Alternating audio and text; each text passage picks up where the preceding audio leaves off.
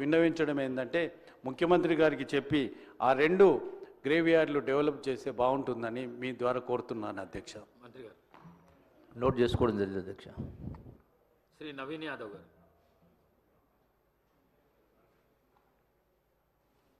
Speaker గారికి, deputy speaker గారికి, గౌరవ ముఖ్యమంత్రి గారికి, మంత్రులకు, గౌరవ మంత్రులకు, సభ్యులకు, అధికారులందరూ కూడా నమస్కారం.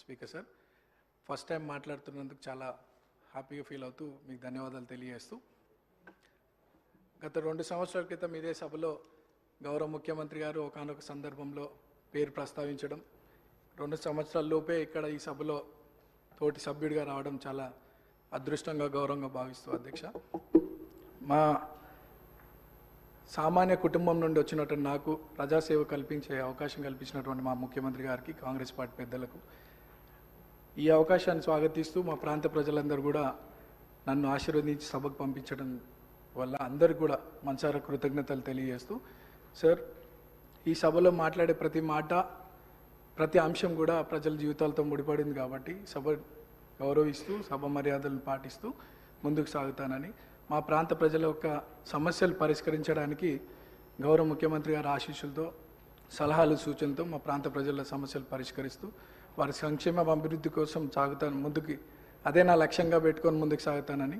అట్లానే మా ప్రాంతంలో కృష్ణానగర్ అనే ఒక ఏరియా ఉంది సార్, దాదాపు 30-40 సంవత్సరాల నుండి అక్కడ వర్షాకాలంలో చాలా వర్షం వల్ల చాలా ఇబ్బందులకు గురవుతున్నారు ప్రజలు.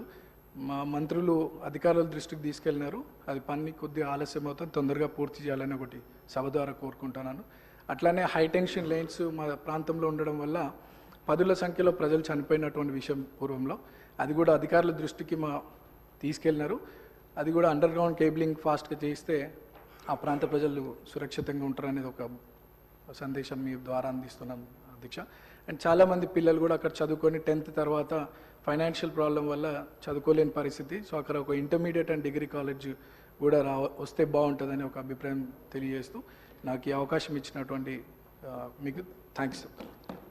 మినిస్టర్ గారు. సభ్యులు చెప్పిన అంశాలని నోట్ చేసుకోవడం జరిగింది అధ్యక్ష. శ్రీ కేఆర్ నాగరాజు గారు. ధన్యవాదాలు అధ్యక్ష. గత నెల జరిగిన మోంతా తుఫాన్ వల్ల అధ్యక్ష